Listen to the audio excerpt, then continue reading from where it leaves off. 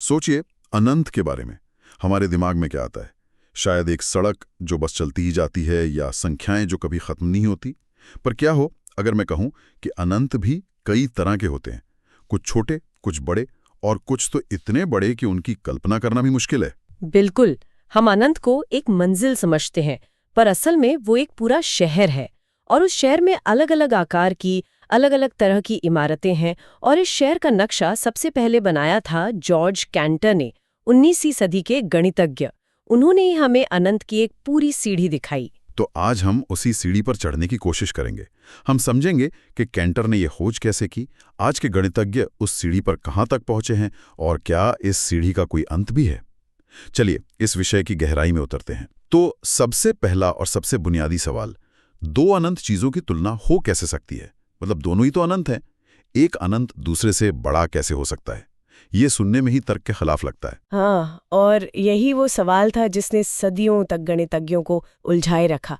Canter का जवाब जितना सरल था, उतना ही कह सकते हैं क्रांतिकारी भी था। उन्होंने कहा, गिनती भूल जाओ, बस जोड़ी बनाओ। उनका आइडिया था एक से एक कॉरेस्पॉन्डेंस का। अगर आपके पास दो समूह हैं और आप हर एक के सदस्य की दूसरे समूह के सदस्य से एक एक करके जोड़ी बना सकते हैं बिना किसी को छोड़े, तो दोनों समूह बराबर हैं। ठीक है, ये तो समझ आता है अगर हम मान लीजिए सेब और संतरों की बात कर रहे हैं, पर अनंत सेट के साथ ये कैसे काम करेगा? यहीं पर तो सारा जादू है। एक उदाहरण लेते हैं। सभी प्राकृतिक संख्याएं, मतलब 1, 2, 3, 4, और सभी सम संख्याएं 2, 4, 6, 8। अब पहली नजर में तो यही लगेगा कि प्राकृतिक संख्याएं ज्यादा होनी चाहिए, है ना? हाँ बिल्कुल। सम संख्याएं तो प्राकृतिक संख्याओं के समूह का सिर्फ एक हिस्सा है, तो जाहिर है वो कम ही होंगी। हमारा दिमाग तो यही कहता है। पर कैंटर की विधि से देखिए, क्या हम हर प्राकृतिक संख्या की जोड़ी एक सम संख्या से बना सकते हैं? हाँ, बना सकते हैं। हर संख्या n को उसके दोगुने 2n से जोड़ दीजिए। एक की जोड़ी 2 से, 2 की 4 से, 3 की 6 से, और ये सिलसिला चलता रहेगा, कभी कुछ छूटेगा नहीं। एग्जैक्टली। हर एक के लिए एक जोड़ी है। इसका मतलब गणितीय रूप से दोनों सेट का आकार बराबर है। एक मिनट, ये बात हजम करना थोड़ा मुश्किल है।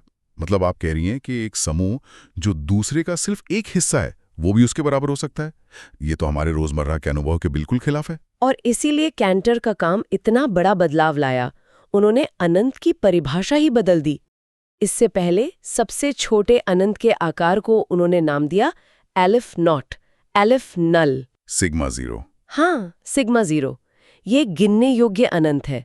पर असली धमाका तो तब हुआ जब उन्होंने वास्तविक संख्याओं, मतलब रियल नंबर्स के सेट को देखा। रियल नंबर्स मतलब एक लाइन पर मौजूद सभी बिंदु, जिसमें दशमलव, भिन्न सब कुछ शामिल है। वही। कैंटर ने ये साबित करने की कोशिश की कि क्या वो प्राकृतिक संख्याओं और वास्तविक संख्याओं के बीच एक से एक जोड़ी बना सकते हैं। और उन्होंने अपने प्रसिद्ध डायगोनल आर्ग्यूमेंट से ये साबित कर दिया कि ये असंभव है। असंभव? हाँ, आप चाहे जितनी भी चतुराई से सूची बनाने की कोशिश करें, आप हमेशा कुछ वास्तविक संख्याओं को छोड़ देंगे। वास्तविक संख्याओं का सेट बेशुमार है, अनकाउंटेबल। ये एक अलग ही तरह की अनंतता है। तो हमारे पास दो अनंत आ गए, एक गिनने योग्य अलिफ जीरो और एक बेशुमार, जिसे कॉन्टिनम कहते हैं। तो ये सीढ़ी का दूसरा पायदान हुआ। बिल्कुल। और फिर कैंटर ने दिखाया कि ये सीढ़ी कभी खत्म नहीं होती। उन्होंने एक नियम खोजा, किसी भी सेट के सभी संभावित सबसेट का कलेक्शन, जिसे पावर सेट कहते हैं, वो हमेशा मूल सेट से बड़ा होता है। अच्छा। तो आप अलिफ जीरो से शुरू करते हैं, उसका पावर सेट एक नया बड़ा अनंत देता है। फिर आप उस नए अनंत का पावर सेट लेते हैं और एक और बड़ा अनंत मिलता है। और ये प्रक्रिया हमेशा चलती रहती है। अलिफ जीरो, अलिफ 1, अलिफ 2, अनंत की एक अंतहीन मीनार। कैंटर ने तो सच में गणित के लिए एक नया ब्रह्मांड ही खोल दिया। पर इतने क्रांतिकारी विचार, यकीनन हर कोई इससे खुश नहीं हुआ होगा। आप बिल्कुल सही हैं। कैंटर के विचारों का इतना जबरदस्त विरोध हुआ कि उनके समय के कई बड़े गणितज्ञों ने उन्हें खारिज कर दिया। उनके सबसे बड़े आलोचक थे लियोपोल्ड क्रॉनेकर। वो तो उनके काम को गणित का भ्रष्टाचार कहते थे। इस बौद्धिक लड़ाई का कैंटर की मानसिक सेहत पर बहुत बुरा असर पड़ा था। ये दिखाता है कि ये सिर्फ समीकरण नहीं थे, ये विचारों की लड़ाई थी। ये जानना बहुत जरूरी है। ये सिर्फ अमूर्त विचार नहीं थे, इनके पीछे इंसानी कहानियां भी थीं। तो इस शुरुआती विरोध के बाद आज के गणितज्ञों ने कैंटर की सीढ़ी को कहाँ तक पहुंचाया है? आज कैंटर के विचार सेट थ्योरी की नींव है, जिसे ZFC एक्सियम्स के आधार पर बनाया गया है। आप ZFC को गणित का आधुनिक संविधान समझ सकते हैं। लेकिन कैंटर की असली विरासत है लार्ज कार्डिनल्स की खोज में। Large cardinals? हाँ, ये ऐसी परिकल्पित अनंत संख्याएं हैं जो कैंटर की सीढ़ी के LF से इतनी ज्यादा बड़ी हैं कि उनकी तुलना में क्षय धूल के कण जैसा लगता है। बहुत बड़ी से क्या मतलब? हम तो पहले से ही अनंत की बात कर रहे हैं। इससे और बड़ा क्या हो सकता है? यहाँ बड़ा होने का मतलब सिर्फ आकार नहीं है, बल्कि शक्ति है। सोचिए कि आप गणित की एक गगनचुंबी इमारत की मजबूती को टेस्ट करना चाहते हैं। एक लार्ज कार्डिनल का अस्तित्व में होना ये साबित करने जैसा है कि उस इमारत से भी बहुत ऊंची एक और इमारत बनाना संभव है, जो ये बताता है कि आपकी मूल इमारत की नींव अविश्वसनीय रूप से मजबूत है। ये एक बेहतरीन एनालॉजी है। तो ये सिर्फ आकार का खेल नहीं है, ये हमारे गणित के सिस्टम की विश्वसनीयता को मापने का एक तरीका है। कोई उदाहरण दे सकती हैं आप इसका? जरूर। एक शुरुआती लार्ज कार्डिनल है इनएक्सेसिबल कार्डिनल। ये एक ऐसी अनंत संख्या है जो इतनी विशाल और आत्मनिर्भर है कि उसके नीचे का पूरा गणितीय ब्रह्मांड सेट थ्योरी के सभी ZFC नियमों का पालन करता है, मानो वो खुद एक छोटा अलग ब्रह्मांड हो। इन कार्डिनल्स का अस्तित्व ZFC के अंदर से साबित नहीं किया जा सकता, आपको मानना पड़ता है कि वे मौजूद है। लेकिन क्या ये सब सिर्फ एक दिमागी खेल नहीं है? क्या इन अलग-अलग तरह के अनंत का असल दुनिया से कोई लेना देना है? ये एक बहुत ही जायज सवाल है। इसका सीधा और सबसे ठोस प्रभाव पड़ा है डिस्क्रिप्टिव सेट थ्योरी पर, जो असल में वास्तविक संख्या रेखा की, कह सकते हैं, बनावट या भूगोल का अध्ययन है। कैंटर के विचारों ने हमें क्वांटिनम की सूक्ष्म संरचना को समझने के लिए जबरदस्त उपकरण दिए। अच्छा, तो ये रियल नंबर लाइन की जटिलता को समझने में मदद करता है। और कोई प्रभाव? हाँ, एक और बड़ा प्रभाव था। 19वीं सदी में गणितज्ञ सिर्फ अच्छे व्यवहार वाले फंक्शन के साथ काम करते थे। कैंटर के काम ने मनमाने फलनों, आर्बिट्ररी फंक्शंस के विचार को वैधता दी।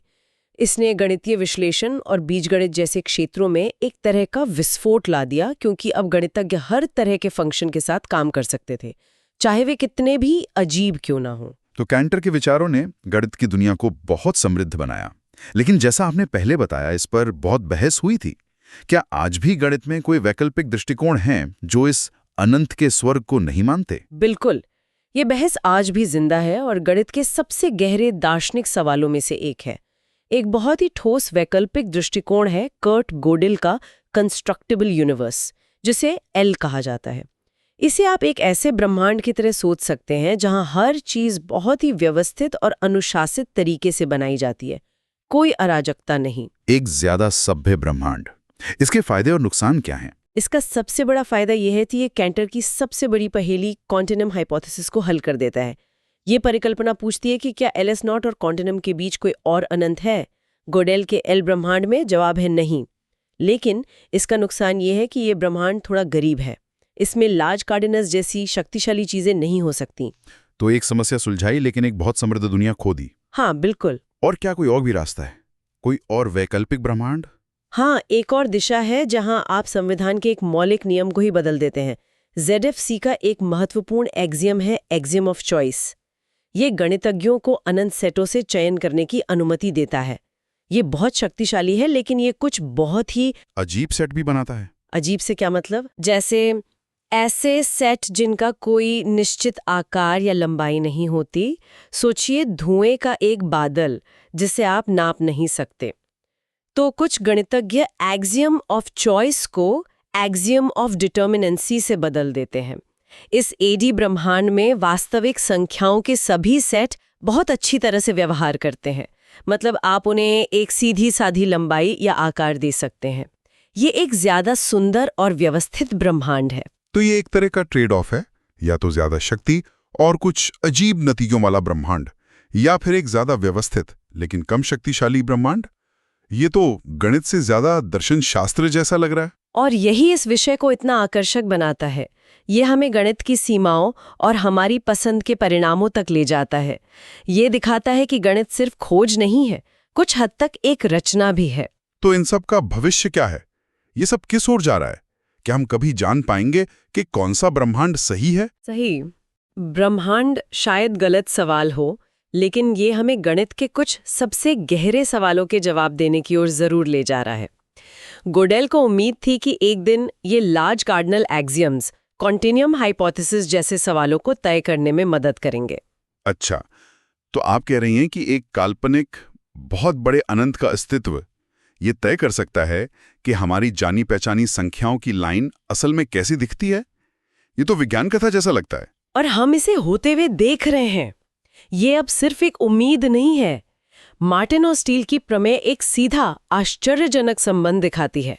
वुडन कार्डिनल्स, जो एक प्रकार के बहुत शक्तिशाली लार्ज कार्डिनल हैं, उनका अस्तित्व ये साबित करता है कि वास्तविक संख्याओं के जटिल सेटों के लिए डिटर्मिनेंसी सच है। अनंत की ये सीढ़ी अब सिर्फ एक सूची नहीं है, ये बाकी गणितीय विचारों की सच्चाई के लिए एक पैमाने की तरह काम कर रही है। तो कैंटर ने हमें अनंत की एक सीढ़ी दी और आधुनिक गणित उस पर लगातार नए और ऊंचे पायदान बनाता जा रहा है, और हर पायदान से हमें गणित के बाकी हिस्सों का एक बेहतर नजारा मिल रहा है। लेकिन यहाँ एक दिलचस्प मोड़ है। कुर्नेन की असंगति प्रमेय हमें एक चेतावनी भी देती है। ये बताती है कि इस तरह से परिभाषित किए जा सकने वाले लार्ज कार्डिनल्स की एक अंतिम सीमा हो सकती है। ये प्रमेय दिखाती है कि एक ऐसा कार्डिनल नहीं हो सकता जो पूरे ब्रह्मांड को खुद में मैप कर ले। एक तरह से ये उस रास्ते पर एक आगे रास्ता बंद है का संकेत है।